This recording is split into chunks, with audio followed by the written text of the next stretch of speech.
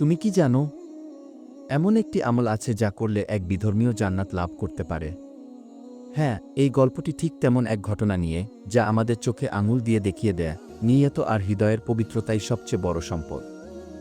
একদিন নবী কারীম মুহাম্মদ সাল্লাল্লাহু আলাইহি ওয়াসাল্লাম এর এক সাহাবী আবু হুরায়রা রাদিয়াল্লাহু তাআলা আনহু বর্ণনা করেন, রাসূল সাল্লাল্লাহু আলাইহি ওয়াসাল্লাম বলেছেন, এক ব্যক্তি যার জীবন ছিল পাপময়, একদিন সে পথে হাঁটছিলেন।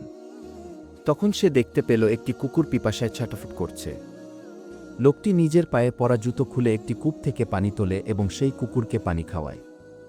রাসূল সাল্লাল্লাহু আলাইহি ওয়াসাল্লাম বলেন, আল্লাহ তার এই কাজকে এত পছন্দ করলেন যে তার সব গুনাহ মাফ করে দিলেন এবং তাকে জান্নাত দান করলেন।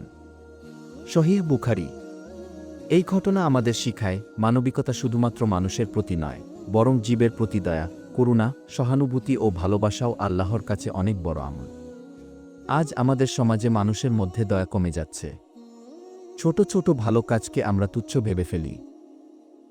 কিন্তু কুরআন ও হাদিস আমাদের শিক্ষা দেয়া, আল্লাহর কাছে ছোট কোনো কাজ ছোট নয়, যদি তা হয় খাঁটি মনে, আল্লাহর সন্তুষ্টির জন্য। তাই আসুন, আমরা প্রতিদিন অন্তত একটি ভালো কাজ করার নিয়ত করি, তা হোক একটি গাছ লাগানো, একটি পাখিকে খাবার দেওয়া কিংবা একজন বৃদ্ধকে রাস্তা পার করে দেওয়া।